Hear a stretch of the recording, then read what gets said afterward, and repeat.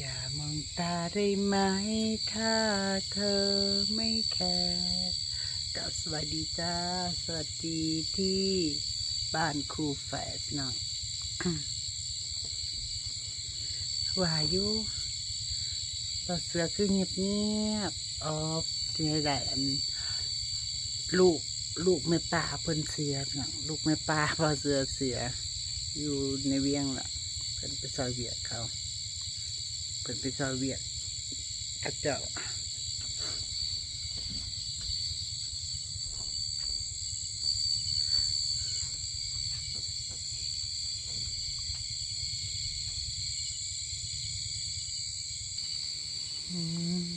กระโพดกระโพปล่อยหมูนั่งผู้เดียวคุกโมกอยู่สิแน่กระโบมาเด้อละสาวกินหมูกระทะน้ำคอยละเช้าเนี่ยกว่าเห็นว่าอะไรก็ได้โอ้ยหมูกระทะพวกบุ้งกับเปล่าอันหมูเพิ่นเหลือเพิ่นเลยเห็ดกินเนาะหมูเพิ่นเหลือซื้อมาแต่ปักสองพวกเมื่อวานนางก็เอานางก็ซอยกับนางสี3 โลบะหมี่4 โลเนาะท่านได้บอกเพิ่นนั่นน่ะเอาไว้ในตู้นะเพิ่นสิหูเชนบ่บุซื้อมาไว้ซื้อต่างซอยเพิ่นนั่นแหละต่างซอยนางสีหมูตายอีกแล้วตายบอกเพิ่นว่ามันกัดกันตายเพิ่นก็เลยซอยนางเฮ็ดพูดช่วงนี้หมูก็บริปิดราคาน้ำอ้อยกำหาทางเอาออกอยู่นะอันนี้เขามูเขาจะบริการไม่ได้เห็ดถูกบ้านน้องแต้นะคะพี่น้องเอ้ยหมูเขา40-50 บาทโลนึงนะต่อ31,000 กีบเป็นเงินบาทเท่าไหร่นะ40 บาทฮอดดุบ่ฮอดบอกอุ้ยน้องพี่น้องเอ้ยบัตรขายเพราะว่าผักแพงโลเท่าไหร่ก็ซื้อมันคือมูน้อยนั่นเนี่ยตัวละตัวไหนตัวละบอนี่นะซื้อมันอ๋อ250ซื้อ250ก็ได้พอกินหนึ่งเอ้ยอันดอกว่ามูแพงมากินมูหวานพอค่าสายกลางนะมาซื้อเลยให้ราคาต่ำโพดบางเทื่อนะนั่งเข้าใจพี่น้องเลี้ยงหมูเลี้ยงยำก็เฉพาะแม่เรากำไรเสมอไปมันเป็นช่วงเนาะพอค่าสายกลางเขามาอัดมาอันนี้ฮะเอาเปรียบเขาบางเทื่อนะเขาจะร้อยบ่อเนี่ยบ่ได้หอดค่าแห้งพี่น้องเอ้ยเลี้ยงหมูนะเฮ็ดยังก็ต้องคิดซะก่อนจังโจกกระเป๋าลงทุนพี่ก้ากันยังว่าตอนแรกเลยว่าจะให้อำมาลาเลี้ยงคือกันพี่น้องจะให้อำมาลาเลี้ยงแม่พันธุ์มันนะเลี้ยงแม่พันธุ์ไว้คลอดลูกแล้วก็ขายลูกมันจะสินะถ้าแบบนั้นจะโอเคอยู่เลี้ยงลูกมันขายลูกมันนะบ่เลี้ยงคุณขายอย่ามันลูกก็เลยอันได้เอาเป็นงัวมันจังเบิ่งบ่ยากเนี่ยก็เลยเพิ่นก็ซื้อเป็นงัวให้อำมาลาเนาะ2 ตัวคนชัยภูมินิสัยดีเนาะนิสัยดีนางมีหมู่ผู้หนึ่งแต่เป็นผู้หญิงแหละแต่ชัยภูมิจะนางอยู่อำเภอยังลืมเลยหมู่นำกันเคยเหตุงานอยู่กรุงเทพมาเนาะโอ้หลายตุนสมือก็ยังติดต่อกันอยู่ได้เพื่อนชัยภูมิผู้หญิงสมือนี่นางบินไปเหตุงานอยู่เมกานางกลับมากับปีละเทื่อเห็นนางทักมาหาเล่นนำอยู่เป็นน่ะได้สบายดีบ่ยังก็บอกแต่ก็มีเอื้อยนะมีเอื้อยที่อยู่เดนมาร์กก็เป็นคนชัยภูมิเคยเพจงานกับคนชัยภูมิอยู่อันพัทยากับคนชัยภูมิแหละอยู่กับเขาเจ้ามาห้วยที่คุณจ้าเขามาเป็น10 ปีพุ่นละแล้วก็ได้ไปเหตุงานกับเขาเจ้าประมาณ2 ปีนิสัยดียังคิดหอดเขาเจ้าอยู่ได้จนได้เป็นแม่หักกันจนเขาเจ้า อันเอานางเป็นลูกหักสิบอกว่าเอิญพ่อเอิญแม่สิละนางก็ได้แต่สมมติเฟซหายเฟซนางเก่านางก็เหียก็บริติดต่อกัน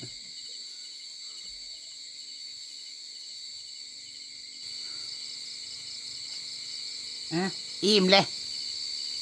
ต้มไปนะ เฮ้ย อิ่มแล้ว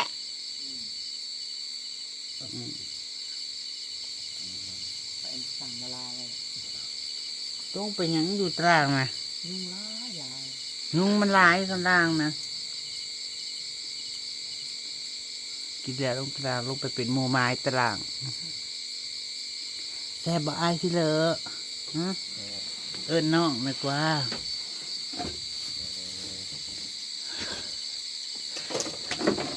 บ่ปันใดพี่น้องนั้นก็จะกินอยู่ยามข้าวแดงก็นานๆก็เทื่ออยู่หิวก็กิน กินตะกร้าได้ คันได้กินแล้วบ่อยากวางมือพี่น้องเอ้ยคันได้ยัดใส่ปากแล้วก็คันบ่อิ่มบ่ได้ลูกเพราะฉะนั้นคือตัดปัญหาคือบ่กินเลยอยู่สิเขาว่าถ้ากินก็กินพอมีแฮงอยู่สิคันสิลดหอกลดหุ่นลดพุงก็ได้กินพอสำหนึ่งคันบ่กินเลยก็อย่ามันเป็นกระเพาะกระแพะ เจ้าก็ดูสายการเธอมีแต่คนอ้วน เนาะ กินก็อ้วนมากินก็อ้วน เบิดเฮือนอำมาลาเด้อเบิดครอบครัวลูกอีพ่ออีแม่นี่ก็บ่อ้วนแต่สีหวานเนาะ น้องสาวหลานนะพี่น้องตัวนี้น้อยน้องบางสีหวาน แต่เราก็สิบ่น้อยเลยเราก็พอดี ตัวบก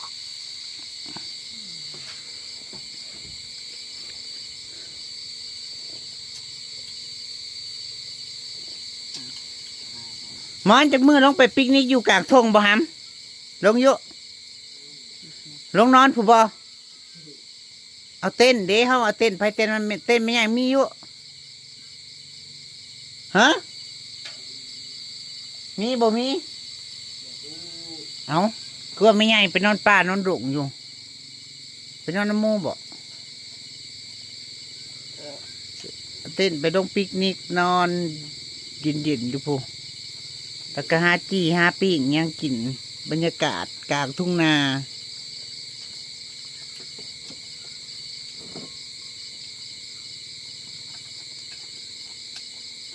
มื่อน่ะไปนั่งกินข้าวเบาเจ๋พี่น้องเอ้ยคนกินแล้วกับคุณแล้วก็พากันเว้าว่าโอ้ยคันคนธรรมดาผู้ใดสิมานั่งกินอยู่พี่อยู่โค้งอำมาลาพุ่งอยู่กลางทงอดีหล่อแคมป่ามองแม่น้องเทนว่าเคยเห็นผีนั่นแล้วมองเลย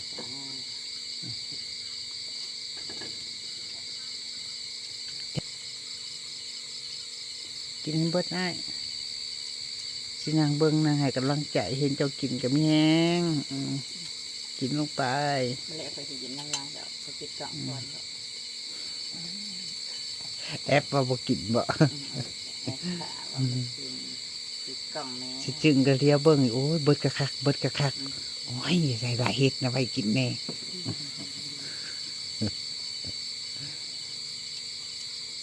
หมอหมอน้ำซุป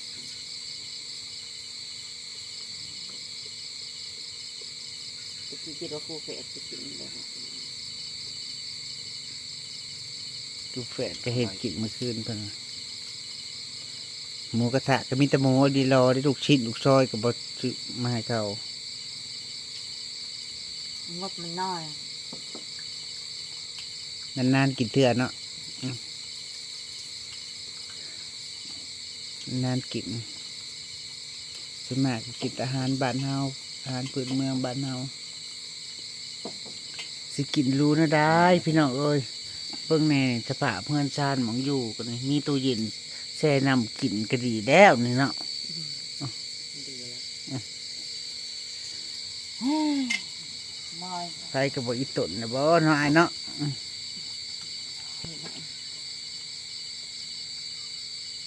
นี่ออกมาอยู่นี่เป็นปีที่เท่าไหร่แล้วนี่ที่สามบ่ตั้งแต่ย้ายมาพี่แล้วเนาะ 3-4 ปีแล้ว ตั้งแต่ย้ายเที่ยงปูมันพี่แมันบ่ จำได้อยู่ตอนชุกูชูไม่แหละชุกูแบกตู้มาเลยมาเล่นไข่ด่านตั้งแต่มืออื่นพี่น้องมือสิไปเกี่ยวเข่าซอยนางสีนะจ๊ะนั้นยังนางวันยังซองให้ใหญ่ อันยังมันเดี๋ยวบอก ยังซองให้ใหญ่มือสิไปเล่นนาง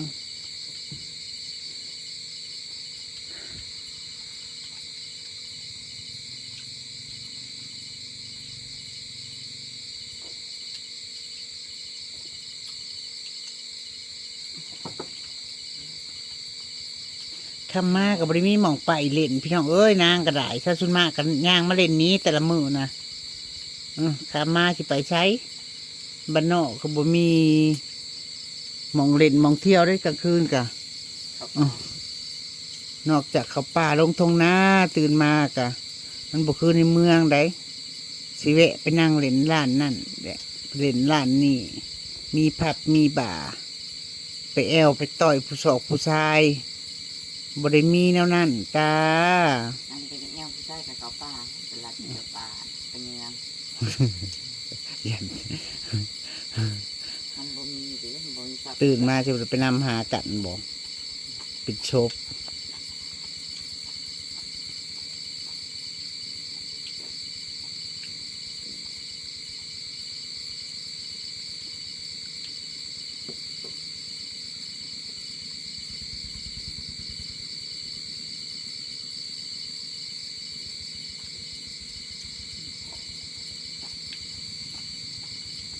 มีตรงนี้เป็นน้ำมัน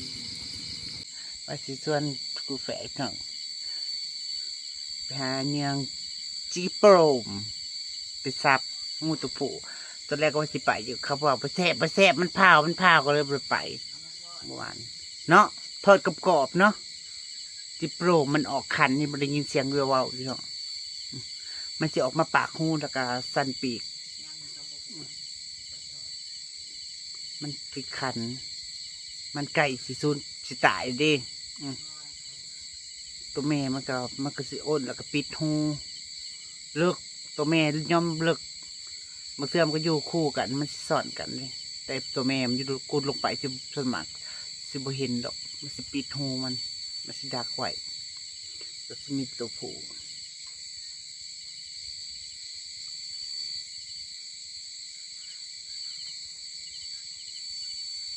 มืออื่น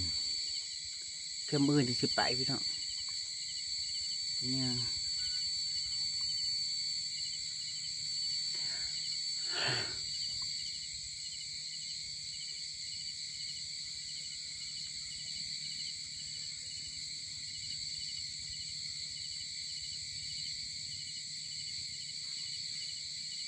ฟิวนั่งคิดทอดเปล่าเสือคิดทอดเด้อจ้าบ่มีแนวเว้า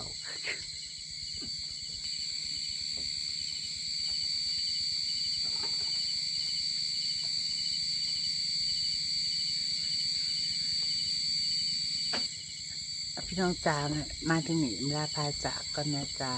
ก่อนขอบคุณทุกคอมเมนต์ขอบคุณทุกกำลังใจไปแล้วจ้าโดยสวัสดีจ้า Good night